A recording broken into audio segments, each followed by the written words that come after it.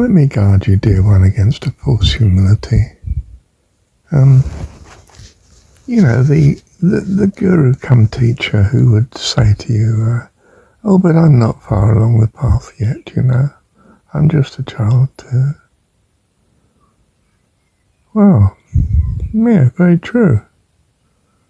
Not something to be proud of in a sense, just to recognize one's inferiority, if one truly did, but they don't. They say it so that they can draw alongside, but at the same time they declare that they're no real help at all.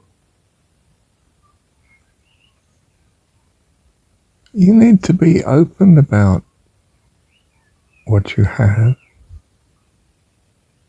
to those who have ears to hear, not to others. They'll just tear you to pieces. That's not a good idea. But to those who are earnestly seeking, well, don't be artificially humble. Say what your joys are and what your problems are, yes.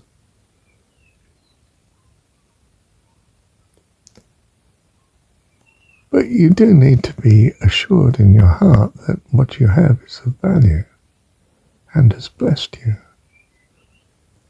And they may not have this yet, and you want them to receive it to be blessed. Isn't that what you would want for any friend? Yes. So being a friend is enough. You don't have to be a teacher or a guru or avatar or something. Just a good friend. And although I've held forth in this previous run of recordings that one should retreat from the world, even in what one's meditation is, the Kriya, Our purpose is devotion to God.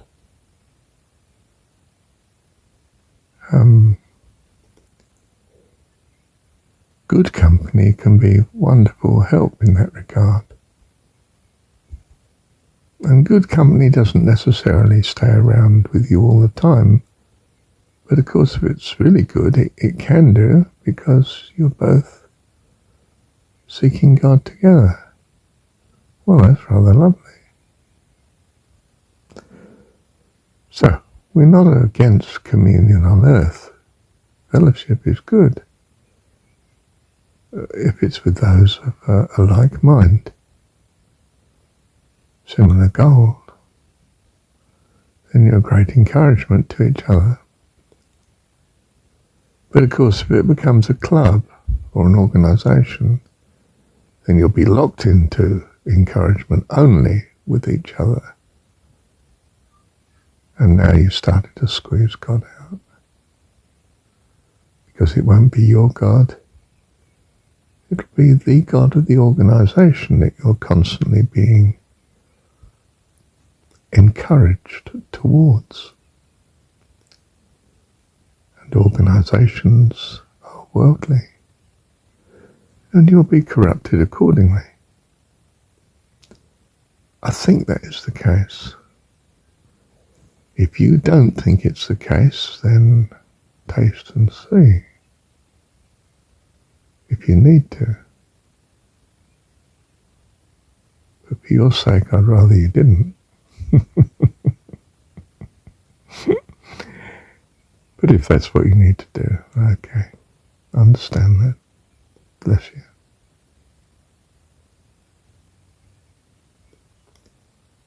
There are many byroads. You can always leave the main track and take off down the lane. Depends how anxious you are to arrive. Depends how much you've had enough of wandering down winding lanes. Yep. They're good in their season, aren't they?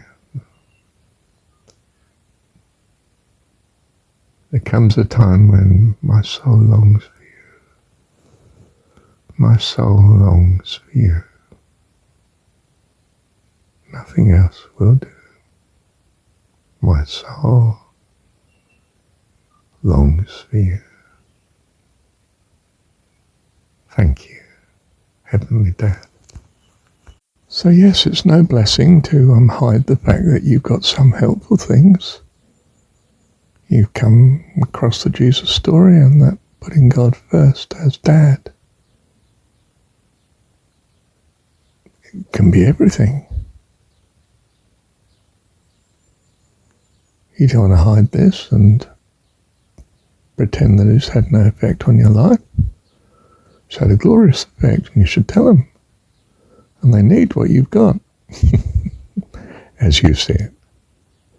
I don't mean to ram it down their throats, but not to hide it so they don't know. You've got to put it on the menu. You're sent. In your heart, you want them to be as blessed as you are. It's as simple as that.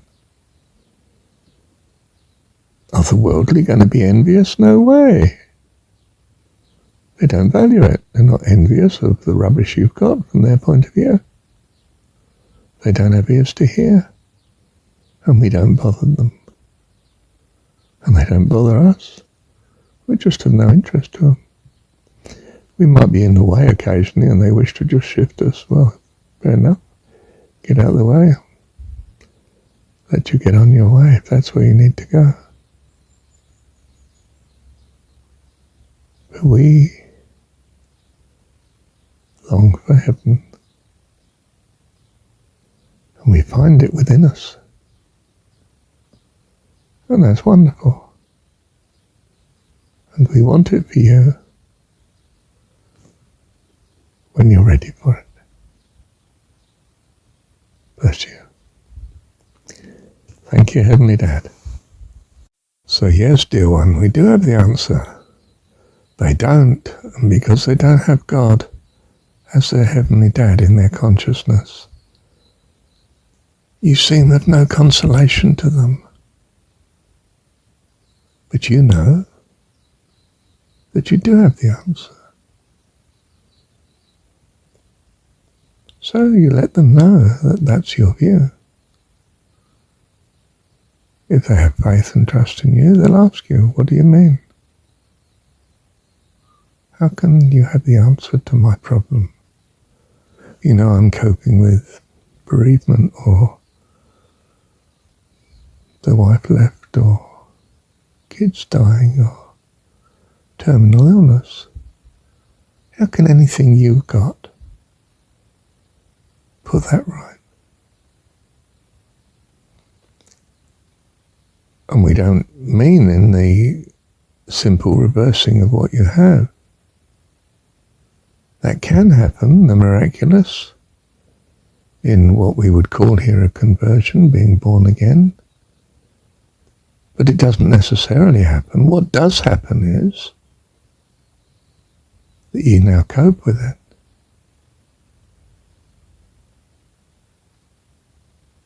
You're transformed.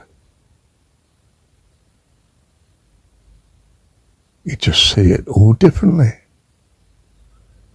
The same facts, but you see them differently.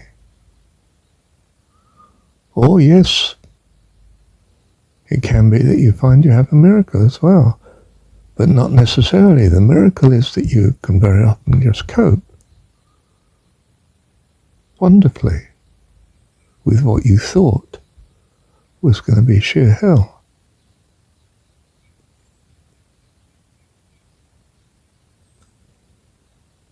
You see, there's an astonishing effect of having the assurance of God with you. And it's that which is the saving. The way is to know God, not to change the circumstances particularly. The circumstances are only relevant when you don't know God. When you do know God,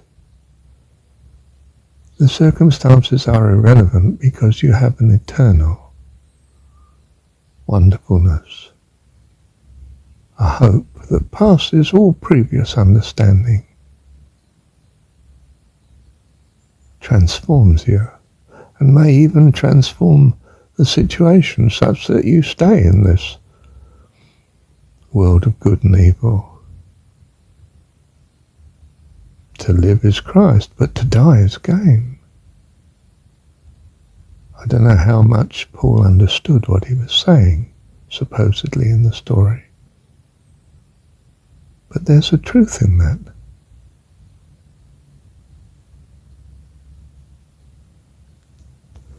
To feel sure in your heart that you have an eternity with the loveliness of God in the family of God outweighs any temporary difficulty. I don't mean the temporary is not still a problem.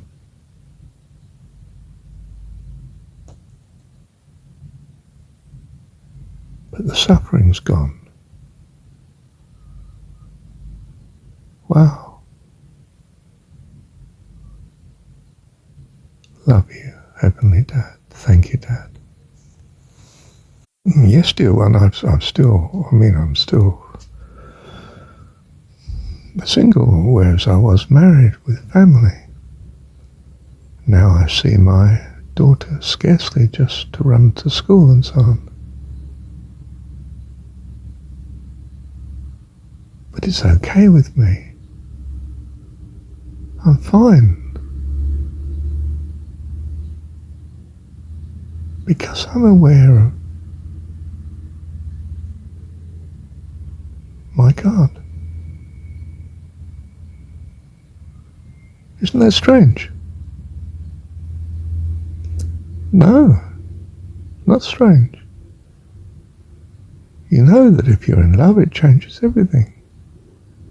You're flying. Just to sit at the bus stop, as I say, with your beloved, even in the rain, is sheer heaven.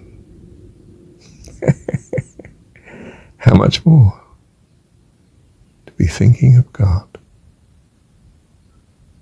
your wonderful, eternal, heavenly Dad. Love you, Dad. Thank you, Heavenly Dad. So as the Jesus story has it, let your light so shine before men that they may see your good works. Glorify your Father in heaven. City set on a hill cannot be hid.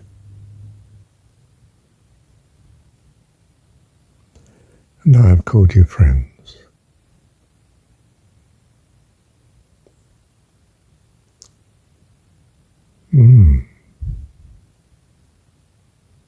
Well, you could say he's called us disciples as well, followers, but friends. That's not an elitism.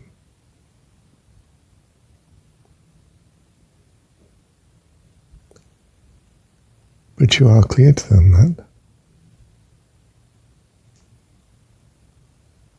you do have something that will bless them.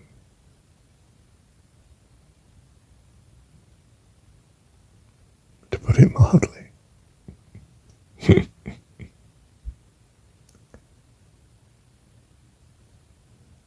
Thank you, Heavenly Dad.